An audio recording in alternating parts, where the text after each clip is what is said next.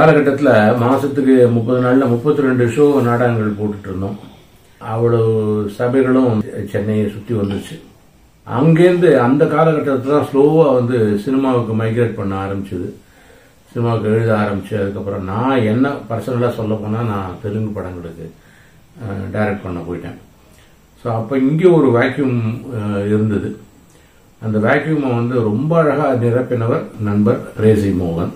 ரொம்ப சூப்பர்பாக இருக்கும் அவருடைய எழுத்து. அந்த எழுத்து அவருடைய கிரேசி கிரியேஷன்ஸுக்கு ரொம்ப உதவியாக இருந்தது. முதல்ல அவர் நடிக்காமல் இருந்தார், அப்புறம் அவர் நடிக்க ஆரம்பித்தார். வெளியூரில் நிறைய சபாக்களை நான் ஆரம்பித்து வச்சுருந்தது. அருப்புக்கோட்டை அங்கெல்லாம் சபாக்களே ஒரு காலத்தில் கிடையாது. நாடகங்கள்லாம் தெருவில் தான் போடுவாங்க. அங்கே சபாக்களை உருவாக்கி திண்டுக்கல் இந்த மாதிரி இடங்கள்ல.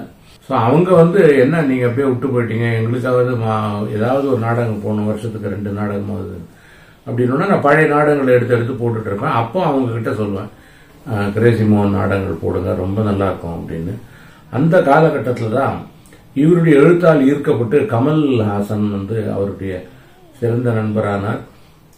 தன்னுடைய படங்களுக்கு மோகனை எழுத சொன்னார். அது அவருடைய வாழ்க்கையில் ஒரு பெரிய திருப்பு முனையாக அமைஞ்சுது. மோகனே சொல்றாரு, எனக்கு விசிட்டிங் கார்டே கமல்ஹாசன் தான் அப்படின்னு சொல்லி. ஸோ கமல் படங்களுக்கு எழுத ஆரம்பிச்சார். அதுதான் நமக்கு தெரிஞ்சதே மைக்கேல் மதன காமராஜன் சூப்பர்ப் ஃபிலிம் மோகன் எழுதினதுல.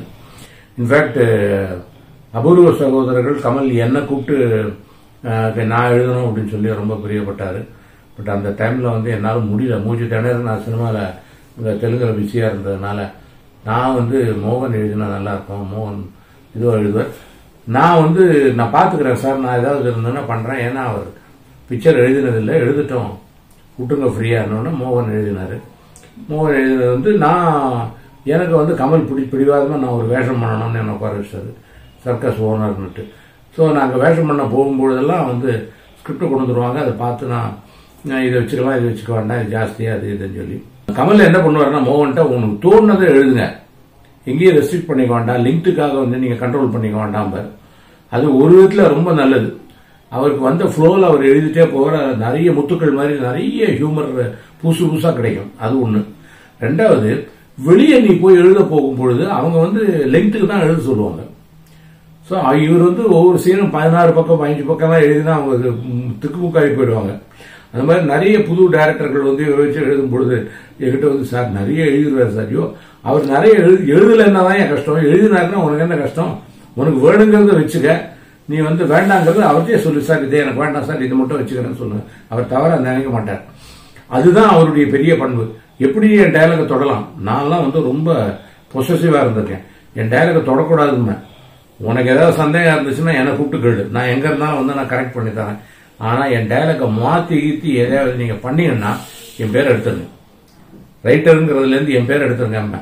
அதுல மோகன் ரொம்ப வித்தியாசமான, நான் எழுதியாச்சு, நீ என்ன வேணா பண்ணிக்க, என் பேர் போட்டேன்னா போதும், போட்டா போடு போடாட்டி போ அப்படின்னு சொல்லி அவர் ரொம்ப விசாலமான ஒரு இருதயம் உள்ளவர்.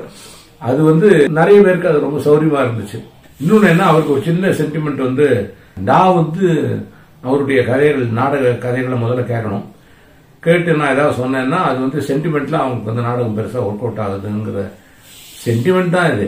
ஏன்னா அவர் அவ்வளவு அருமையா எழுதுறவர், அதில் நான் போய் என்ன பெருசா சொல்ல போறேன். இருந்தாலும் அவர் முதல்ல என்கிட்ட கதையை சொல்லுவார்.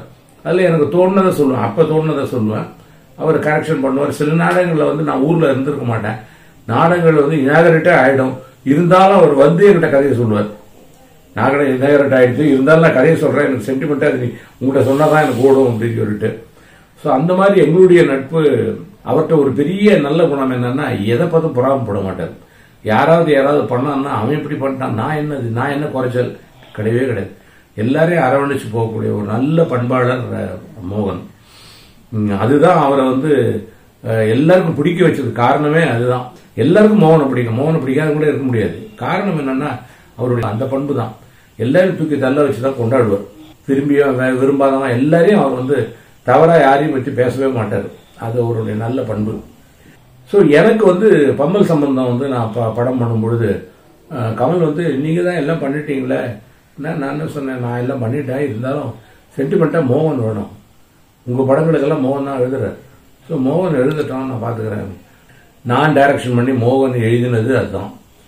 என்ன அப்பேற்பட்ட ஒரு நல்ல பண்பாளர், நல்ல நண்பர் வந்து இவ்வளவு சீக்கிரம் நம்ம விட்டு பிரிஞ்சு போயிருக்க வேண்டாங்கிறது தான் இது. மேபி ஆண்டவன் வந்து இங்க கொஞ்சம் ஹியூமர் கம்மியா இருக்குப்பா, நீங்க வந்து கொஞ்சம் ஹியூமர் பண்ணு அப்படின்னு சொல்லி அவரை கூட்டிட்டாரு என்னவோ தெரியல. நான் யூஎஸ்ல இருக்கும்போது திடீர்னு ஒரு மெசேஜ் இந்த மாதிரி மோகன் இல்லை, அவருடைய இரங்கல் கூட்டம் வர முடியுமான்னு சொல்லி என் தம்பி கேட்டார்.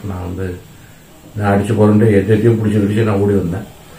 அவருடைய நாடகத்துக்கு என்ன கூட்டம் வருமோ அவ்வளவு கூட்டம் இருந்தது நாடக சபால. ரொம்ப வருத்தப்படும்படியான கூட்டமா இருக்கக்கூடாது. கமல்லாம் வந்து ஜாலியா இருக்கணும். நம்ம இது வந்து மோகன் அப்படிதான் இருந்தவர். அவர்ல வந்து அழுமூஞ்சியா இருக்கக்கூடாதுன்னு சொல்லிட்டு ஒரு கலகலப்பாக பண்ணி அவர் ஒரு விடை கொடுத்தோம். ஒரு கலகலப்பான ஒரு நண்பருக்கு வாழ்க்கையில் அவ்வளவு ஈஸியா ஒரு மறக்க முடியாத ஒரு நட்பு, மறக்க முடியாத ஒரு எழுத்து, மறக்க முடியாத ஒரு நண்பர் கிரேசி மோகன்.